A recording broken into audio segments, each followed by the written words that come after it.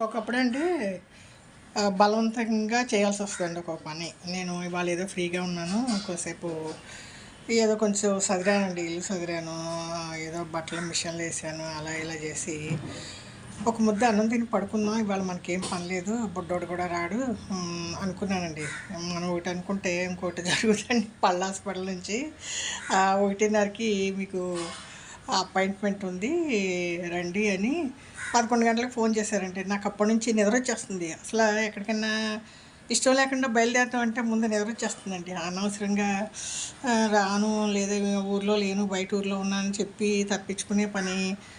సరే అని వస్తానని గబుక్కున చెప్పేశాను. సచ్చినట్టండి. ఇప్పుడు స్నానం చేసి రెడీ అయ్యి ఒక ముద్ద తిని బీపీ మాత్రలు వేసుకుని నిద్రేమో కూలిపోతుంది. బయటేమో ఎండ ఒకలాగుంది కానీ వేడి భయంకర వేడిగా ఉంది. ఎండ తెలియట్లేదు కానీ భయంకర వేడిగా ఉంది. చచ్చినట్టు వెళ్ళాలి ఒక హాఫ్ అన్ అవర్. మళ్ళీ చచ్చినట్టు ఇంటికి వచ్చేసరికి 2:30 అవుతుంది.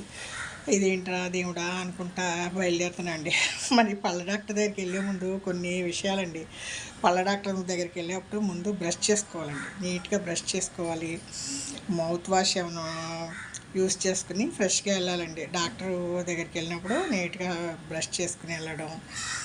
అసలండి మీకు నైట్ కూడా బ్రష్ చేసుకునే అలవాటు ఉంటే పళ్ళ డాక్టర్ దగ్గరికి వెళ్ళే అలవాటు చాలా వరకు తగ్గిపోతుంది. నైటు కనీసం నీళ్ళలో ఉప్పేసి పొక్కులిచ్చి చేసినా కూడా తగ్గుతుందండి. మాకు వయసు కదండి, 60 దాటింది. దానివల్ల ఒక దంతం పోయింది.